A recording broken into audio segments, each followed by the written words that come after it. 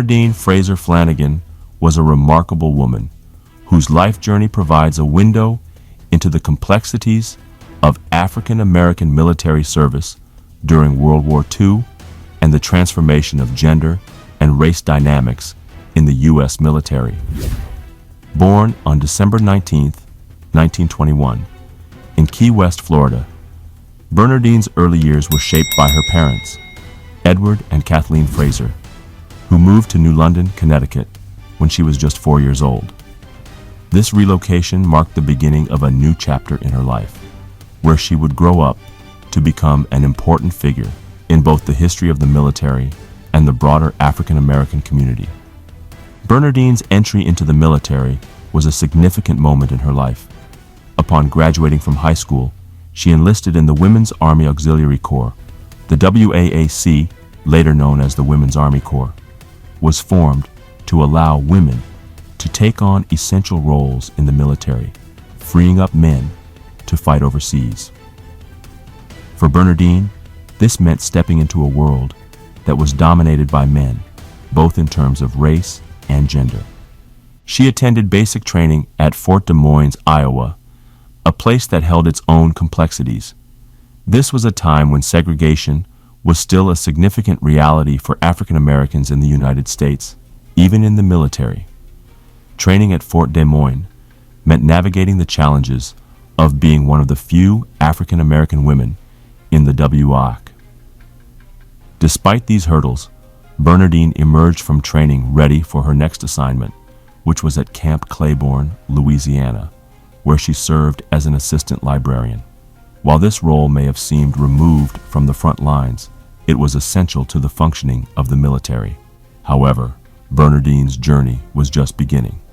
Her assignment to Camp Claiborne would prove to be short-lived, as she received orders to deploy overseas with the 6888 Central Postal Directory Battalion.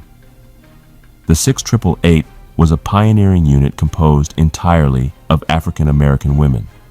It was the only African American Women's Army Corps unit to serve overseas during the war, and their mission was vital. The 6888 was tasked with sorting and delivering mail to U.S. servicemen stationed in Europe. The importance of their work cannot be overstated, as mail from home was one of the few morale boosters for soldiers fighting far from their families and loved ones. Bernardine was nervous about deploying, yet she embraced the responsibility. Her commander's words rang in her mind: "Ready or not, you just do as you are told." This resilience would become a hallmark of Bernardine's service. On February 3, 1945, Bernardine and her fellow soldiers boarded the SS Ile-de-France for their voyage to Great Britain. The journey was harrowing, as the ship sailed through waters patrolled by Nazi U-boats. The 6888 women faced these dangers head-on, knowing that their mission was crucial to the success of U.S. operations overseas. Their arrival in Glasgow, Scotland, on February 14, 1945, marked the beginning of their work in Europe.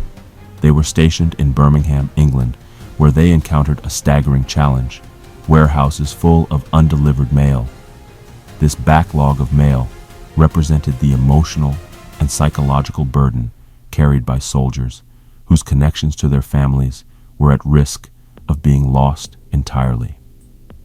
Bernardine and the women of the 6888 took on the task of clearing this backlog, working in shifts around the clock, 7 days a week, to ensure that the soldiers received their mail. The motto adopted by the unit, "No mail, low morale," encapsulated the heart of their mission. Mail was not just paper and ink, it was a lifeline. For the men on the front lines, letters from home were the only connection to the world they had left behind. Bernardine and the rest of the 6888 understood the stakes. They created an innovative system of organizing and tracking mail, which involved maintaining detailed information cards for each service member, some 7 million cards in total. These cards were used to track soldiers with similar names, and in cases where the information was insufficient, they worked tirelessly to ensure that even the most difficult pieces of mail were delivered. The hardest part of their work was the return of mail addressed to men who had died in battle. Despite the emotional toll this took on them, the women of the 6888 pressed on. Their efficiency was nothing short of remarkable. The U.S. Army had estimated that the 6888 would take 6 months to clear the backlog in Birmingham. However, they completed the task in just 3 months, processing approximately 195,000 pieces of mail per day. This accomplishment not only showcased their work ethic and commitment to duty, but also their ability to overcome the challenges posed by both the war and racial discrimination. The women of the 6888 proved that they were not just capable of performing critical tasks, they excelled under the most trying of circumstances. The 6888's mission continued in France.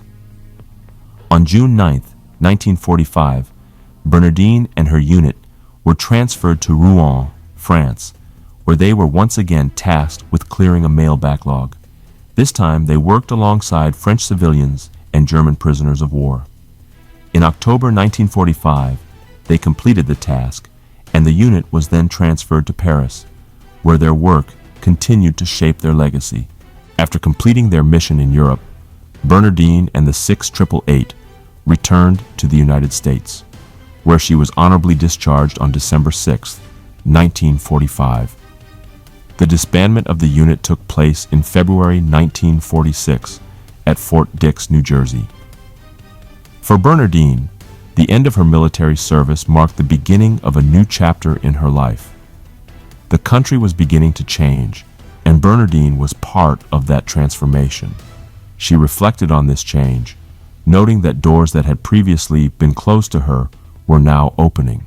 Her time in the military had provided her with experiences that would be essential in navigating the challenges of civilian life. Following her discharge, Bernardine married Thelmer Flanagan, a Navy mess cook aboard submarines in New London, Connecticut. Together, they had 4 children. Bernardine went on to attend Bacchus School of Nursing, where she became a licensed practical nurse. She spent 15 years working at the Submarine Base Hospital in New London, where she contributed to the health and well-being of military families. After retirement, Bernardine moved to Houston, Texas, to live with her daughter. It was in Houston where she spent the final years of her life, passing away on August 6, 2017, at the age of 95. Burnardine Fraser Flanagan's legacy is one of strength and perseverance. The women of the 6888 Central Postal Directory Battalion were integral to the success of the U.S. military during World War II, yet their contributions were often overlooked. It was only in recent years that their story has begun to receive the recognition it deserves. Bernardine's service is a testament to the power of women, particularly African American women, who played crucial roles in shaping the history of the United States.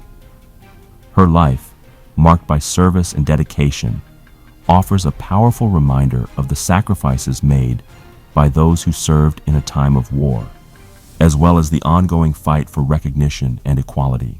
If you want to learn more about the incredible story of the 6888, check out our full playlist. Just click the playlist link on this video or in the description below. You can also find more videos on our channel all about their mission and impact. And if you like this video and know someone in the military, please share it with them. Thank you for watching.